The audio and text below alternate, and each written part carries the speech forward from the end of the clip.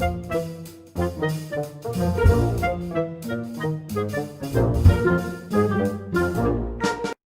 to the Brass and Woodwind shop. I have a flute in my shop with a kind of unusual problem. When I push down the E key, the F sharp key is supposed to go down, but not the F key. And it does come up, but it's slow. And now it's starting to speed up a little bit.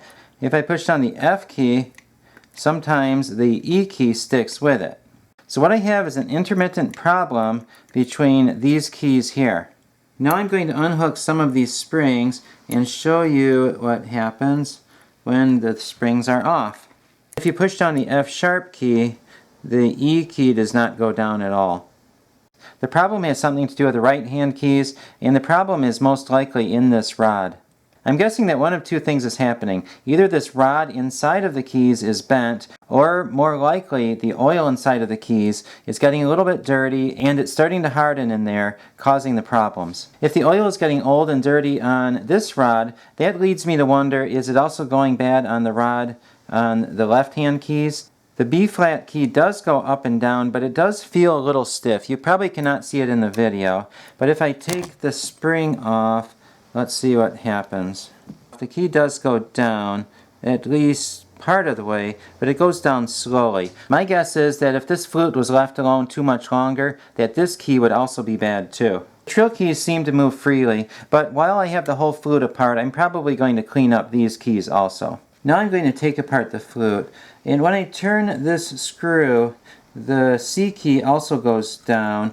And that's again probably because the oil is getting old. Now I'm wondering if possibly someone who worked on this flute in the past may have used the wrong oil or something like that, because usually oil does not do that. I'm going to continue to take this flute apart. I'm going to check the oil. There's not much oil on here. I thought there was going to be some black residue on here, but I don't see a lot. I have a rag, and I'm going to wipe this off on the rag and see what is left on the rag. Now that's not very much stuff. I would think that there'd be a lot more residue. So I'm thinking that they may have put it on here with no oil rather than the oil getting old and starting to harden a bit around the hinge rod. So I'm going to continue pulling the flute apart and see what I come up with. And now the right hand keys, and those were the problem, and that was the reason that the flute came into the shop in the first place. And yeah, those are stiff. I've seen worse, and it does not feel like they're rusted in there. Sometimes they're rusted and they're really hard to move. These do move, they just are a little tighter than they should be. Now the trill keys. And those have two pivot screws that hold them on. And there's the other pivot screw. I'm putting these screws in a screw board right here, and that helps to keep them straight when I put them back together. So I'm going to pull these keys off. Okay, come out of there. There we go. And let's spin that around. Yeah, that spins freely, but it does feel like there's no oil on it. You can even hear it squeak. Usually keys do not squeak when you turn them. Now the G keys. And the G sharp key. This hinge rod seems to be a little sticky. It's sticking to me. And I think there is a little bit of oil on that, but it seems to be the wrong kind of oil. See, there is a little bit of residue left on there. I'm going to clean that up, and I'm going to re-oil these hinge rods when I put this back together. On the foot joint, there's only one hinge rod that holds on all three of the keys. Let's see what's on that hinge rod. And that's not very much. Usually there's a lot more than that on the hinge rods when you take them off. The customer also wants me to polish the body and the keys on this flute because it is very tarnished. But I'm not going to get a video of me polishing the flute, but I am going to polish the body and the keys, and then I will get back to you. I'm done polishing the body and the keys. Now I'm going to clean out the hinge rod and the hinge rod tubes inside the keys. The way I'm going to do that is take the needle oiler and get some oil on the hinge rod. And then take the key that goes with the hinge rod and work that back and forth, in and out, like that. Just work it vigorously. And then this one, this hinge rod has 3 keys on it, so I'm going to clean all 3 of those keys. Okay, then when I'm done with that, I'm going to take the rag and clean off the old oil. I have a pipe cleaner, and I'm putting that through the tube, and that will help clean it out some more. This hinge rod goes on the high C key, so I'm cleaning that out too. I'm going to clean out all of the keys. Now I'm going to clean up the left hand, the right hand, and the trill keys, and that's the reason the flute came into the shop in the first place. This tool is for removing broken needle springs on woodwind instruments, but it also works well for taking apart these keys. The way that these keys work is there is a rod that goes through the middle of these keys, and then the keys go over them. And this key, the F-sharp key, is hooked up to that rod. There's a pin that goes through it to connect it to the rod. And then there are also some little tabs. There are 3 tabs. There's 1, 2, and 3. And they are also connected to the rod. So these 3 tabs and the F-sharp key all move together. So what I need to do is take off the 3 pins on those 3 little tabs, and then these keys will slide off of there. So I'm going to take them off with this tool. This side of the pliers has a slot in it, and you put the end of the pin through the slot, and then with this side of the pliers you push the pin through. I don't know if you heard that little click, but the little click was the pin coming loose, and then you pull the pin out. Sometimes you can do it with your fingers, other times you need a pliers to get that out. I use a vice grip to get the pin out. I know that some of you are very concerned right now, but if you just touch the pin and pull on it like that, it comes right out with no problem. This pin is made out of hardened steel, and it will ruin other pliers, but the vice grips holds onto the pin, and it does not ruin the vice grips, and it does not ruin the rod, and it does not ruin the key. And that's if you're careful. If you're not careful, you can ruin all of those things. I'm going to pull that out, and when I do these pins, I need to make sure that they are in order. So I set them down on my board right there, and then I make sure that I put them in order so that I know how they go back on the flute. Now this little tiny tab comes off, and I'll show that to you. That's what that looks like. And now this key will slide off. And again, there's no oil on that key. It's not very dirty, but there's no oil on it. I'm going to do the same thing again. I'm going to push the knock pin out. Okay, that one came out with my fingers, so I'm going to put that next in line on the board so I know where it goes. And then slide off the little tab, slide off the key. And this one, you can see that there is some rust starting to form, and that's probably why this one was a little more stuck than the other keys, because of that rust. So I'm going to clean that out after I'm done taking off the rest of it. Okay, now the F key. Need to make sure I get the pliers the right way.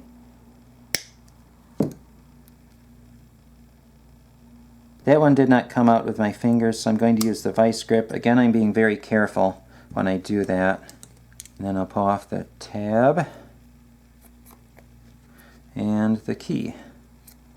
And there, you can see that there is some sticky stuff on here, and that's why that was not working well too. When I take the keys off, I do not need to take off the F-sharp key. That one stays on the rod. I'm going to do the left-hand keys. Those are done the same way. The only difference is there's only one key that needs to come off on this one. For the left-hand keys, you take off the B-flat key, and then the A key comes right off. Now all that's left are the trill keys, and that's done the same way too. You pull off the touch piece for the D-sharp trill key, and there's a lot of rust under there. And I'll pull out this off. Yeah, there's rust starting up there. So if the customer would have left this a little bit longer, this probably would have rusted on. It would have made a lot more problems. So it's a good thing they brought it in when they did. I'm going to take the rag and show you what was on there. See, there's some rust. You can see if it's brown colored, it's rust. If it's black colored, that means there's oil on it and the oil is just doing its job. But the brown stuff means there's rust. And I did not get it all off of there, so I'm going to take some sandpaper, some very fine grit sandpaper, like 600 grit, and clean that up. I have a piece of 600 grit sandpaper, and you can see that it is well used, and that's because I use it for a lot of different things.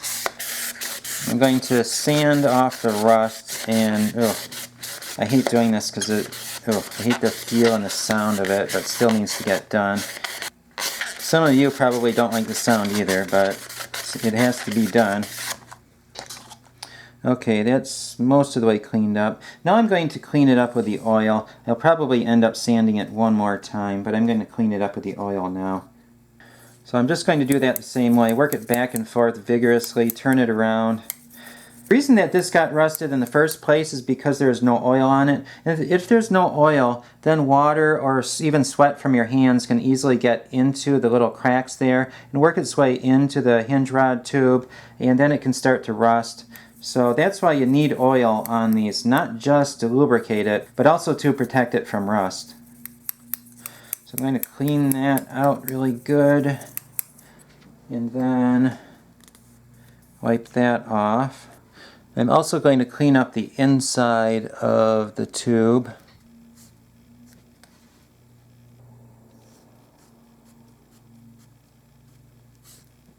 It looks like it needs to be cleaned up one more time with the sandpaper. Now I'm going to clean that up with the oil again. Usually it does not need to be done twice, but since this was rusty and fairly dirty, I'm going to clean this up again. I'm also going to clean up the touch piece. The touch piece does not move once you pin it on, but I do not want that to get rust underneath it because then it will cause problems the next time it needs to be taken apart. And you may be able to see right there the oil is kind of brown, and that's because of the rust. So I know that there is rust inside of the tube. Now these tubes do not rust because they're made out of nickel silver, and that does not rust. It tarnishes, but it does not rust. The rust comes off of the hinge rod, and that gets onto the tube on the inside, but I need to clean that off anyway. I'm going to do the same thing with the left-hand keys as I did with the trill keys. I'm going to put that in there, work it around vigorously. This one was not as dirty, so it does not need quite as much cleaning as the trill keys, but I still do need to clean it out so that it will not rust next time. The right-hand keys are a little dirtier, and those are the ones that had the problems too, so I'm going to sand those ones also. I do not take off the keys every time I work on a flute. Usually it only needs to be done if you're doing an overhaul on a flute, or if there is a problem, or if you suspect that there's not enough oil and you need to put more oil on the keys, but usually I don't take them apart. This section has the 3 keys and the 3 little tabs, so I'm going to do all of those, and all the little tabs also. You can do all 3 of those at once. Now the pipe cleaner. It's time to put the keys back together, so I'm putting some oil on there, and then the F key goes on there. I also move it back and forth and feel if it is good or not, and this should be fine. It does not seem like there's going to be any problems. The key is not going to stick anymore. Now I need to put on the correct tab, so I'm going to see if that's the right one. Let's see, I'm just seeing how those holes line up. Okay, this is the correct one right here. I'll put that on, and then get the right pin. And it's important to get the right pin because they are slightly different sizes, and one may go in a little farther than the other, so you want to be careful to get the correct pin. Now I turn the pliers around and put the split end on the bottom of it and the solid end on the top, and I push that together. You don't need to push too hard because you can get them stuck if you push too hard, but you do not want them to pop out either. So you just put them in there snugly so that they're not going to come out, and then check the key again. That looks fine. Then I just put a little more oil right in the cracks of the keys to make sure that it has the right amount of oil. And then when I'm done with that, I clean up the excess oil, and that makes it so that it does not make a mess. And then the next key, I need to put oil on there first. Oil, and then the key. I'll work that around. Okay, that seems like it's fine too, no problems there. So I'm going to get the next pin, well, after I get the tab. Here's the tab. And I'm going to line that up. And then the pin. You do need to put the pins in the right direction because the pins are tapered. So you need to put the small end in first. If it doesn't go in, you're probably trying to put it in backwards. So put it in the right way and then push the pin in. That should be fine. Check that out again. That looks good. Just a little drop of oil. And clean that up. And the next one is done the same way.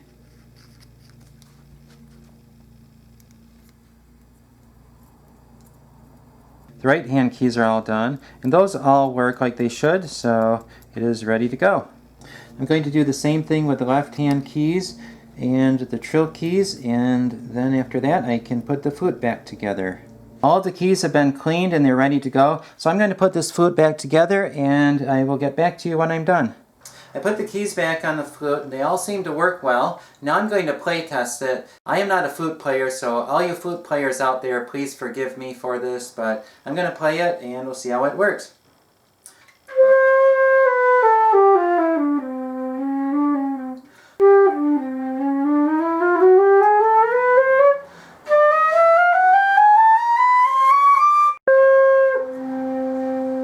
Thank you for watching. Please subscribe for more band instrument repair videos, and look in the description below for links to related videos.